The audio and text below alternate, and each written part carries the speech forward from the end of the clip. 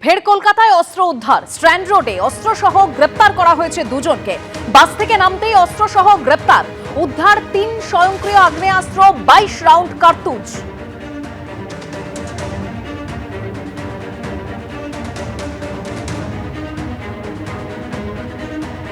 ফের কলকাতায় অস্ত্র উদ্ধার। স্ট্র্যান্ড রোডে অস্ত্রসহ গ্রেপ্তার করা হয়েছে দুজনকে। উদ্ধার করা হয়েছে 3 স্বয়ংক্রিয় আগ্নেয়াস্ত্র, 22 রাউন্ড কার্তুজ। বাস থেকে নামতেই অস্ত্রসহ গ্রেপ্তার 2।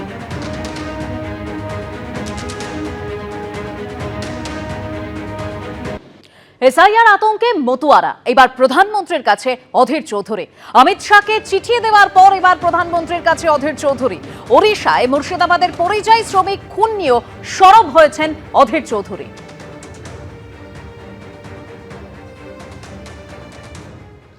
যেখানে প্রচুর পরিমাণ মতুয়া আছে, লক্ষ লক্ষ, তাদের এসআইআর এর নাম বা যাতে বাদ না যায় তার জন্য তারা অত্যন্ত চিন্তিত, শঙ্কিত।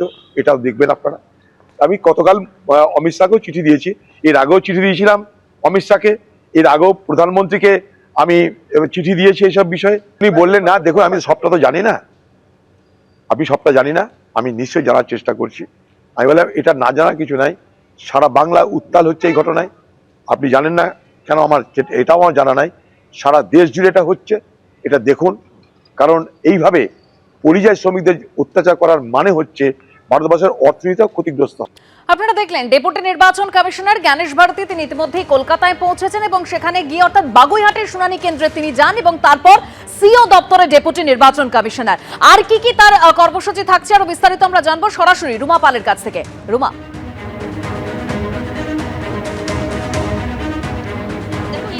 পৌঁছলেন এ রাজ্যের দায়িত্বপ্রাপ্ত senior deputy election commissioner Gyanesh Bharati এবং এরপরে কিন্তু মুখ্য নির্বাচনী আধিকারিক মনোজ কুমার আগরওয়ালের সঙ্গে তার বৈঠক রয়েছে শুনানি প্রক্রিয়া নিয়ে এবং সমস্ত এসআইআর সংক্রান্ত রয়েছেই। তার সঙ্গে আরও একটা বিষয় জানিয়ে রাখি যে আগামী নির্বাচন যেটা রয়েছে এবং 5ই জানুয়ারি যেটা দিল্লিতে ইলেকশন কমিশনের সঙ্গে কিন্তু কেন্দ্রীয় বাহিনী নিয়ে কিন্তু একটা বৈঠক রয়েছে, সেই সমস্ত সংক্রান্ত বিষয়ে কিন্তু বৈঠক আছে।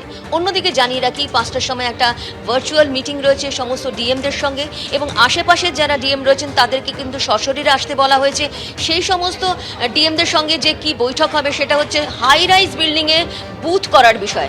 এর আগে জানিয়ে রাখি যে হাই রাইজ বিল্ডিংয়ে কিন্তু বুথ নিয়ে কিন্তু একাধিক সমস্যার সম্মুখীন হতে হয়েছে জেলা প্রশাসনকে এবং দেখা গেছে যে কেউই কোনো জেলা হাই রাইজ বিল্ডিংয়ে যারা কর্তৃপক্ষ তারা চাইছেন না, সেই সমস্ত তথ্য কিন্তু মুখ্য নির্বাচনী আধিকারিকের দপ্তরে আসে। এরপর কিন্তু দিল্লি নির্বাচন কমিশন একেবারে জানিয়ে দেয় যে হাই রাইজ বিল্ডিংয়ে কিন্তু বুথ করতেই হবে। সেই কারণে কিন্তু এটাও বলা হয় যে জেলা নির্বাচনী আধিকারিকদের ক্ষেত্রে দায়িত্ব বর্তাচ্ছে এই ব্যবস্থা করা। এবং আজকে কিন্তু হাই রাইজ বিল্ডিংয়ে বুথ কিভাবে হবে, কতটা বুথ হবে, কোথায় কোথায় হবে, এই সমস্ত সংক্রান্ত বিষয় কিন্তু আলোচনা হবে এবং বৈঠক হবে। তার সঙ্গে জানিয়ে রাখি যে এসআইআর সংক্রান্ত যে শুনানি চলছে এবং শুনানি বিষয় কিন্তু একাধিক যে অভিযোগও আসছে, সেই অভিযোগ যেমন রয়েছে তার সঙ্গে সঙ্গে এটাও ঠিক যে অভিযোগের সাথে সাথে বেশ কিছু জায়গায় যেখানে দেখা যাচ্ছে যে পর্যবেক্ষককে কিন্তু একদম বিক্ষোভের মুখে পড়তে হয়েছে। কালকে কিন্তু দক্ষিণ 24 পরগনার যিনি পর্যবেক্ষক তাকে বিক্ষোভের মুখে পড়তে হয়েছে এবং চুচুড়াতে সেখানে দেখা গেছে যে এসআইআর শুনানি বন্ধ করে দেওয়া হচ্ছে এবং এই সমস্ত বিষয় কিন্তু আলোচনায় উঠে আসবে। এবং জানিয়ে রাখি যে জ্ঞানেশ ভারতী এবং তার সঙ্গে দুজন আধিকারিক রয়েছেন দিল্লি নির্বাচনী আধিকারিক এবং তার সঙ্গে তারাও এই বৈঠকে অংশগ্রহণ করবে। এই বৈঠক চলবে এবং তারপরে কিন্তু জেলা নির্বাচনী আধিকারিকদের সঙ্গে বৈঠক রয়েছে এবং টানা এই বৈঠক চলবে। ধন্যবাদ রুমা। যেমনটা আমাদের প্রতিনিধি রুমাপাল জানাচ্ছিলেন যে গতকাল এই যে শুনানি পর্ব সেটা খতিয়ে দেখতে যান নির্বাচন কমিশনের রোল অবজারভার সি মুরুগান, আর তাকে দফায় দফায় বিক্ষোভের মুখে পড়তে হয় এই শুনানি পর্ব খতিয়ে দেখতে গিয়ে। গাড়িতে চড়াও হয়ে ভাঙা হয় ডোর লক। ঘটনায় দক্ষিণ 24 পরগনার জেলা শাসক তথা নোডাল অফিসারের কাছে রিপোর্ট চেয়ে পাঠিয়েছে কমিশন।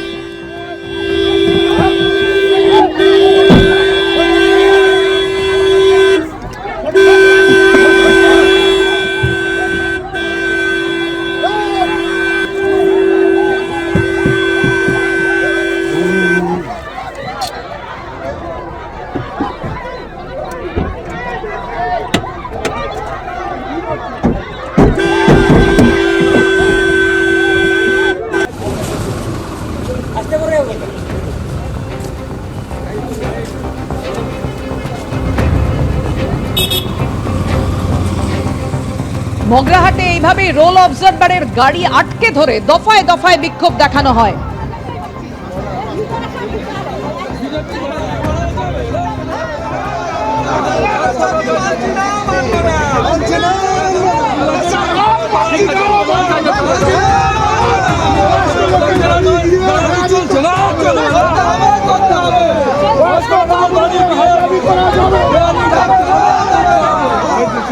ইলেকশন কমিশনার চাই না, চাই না।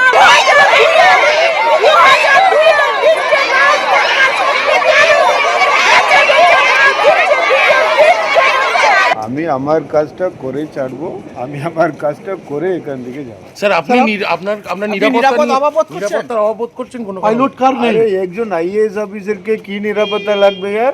আমাকে তো ইলেকশন কমিশন পাঠাচ্ছে, আমি আমার কাজটা করতে এসেছি, আমি আমার কাজটা করে ছাড়বো। স্যার দু জায়গায় বাধার মুখে পড়লেন স্যার। এটা তো প্রশাসন আছে, ওনারা দেখে নেবে। এবিপি আনন্দ এগিয়ে থাকে, এগিয়ে রাখে।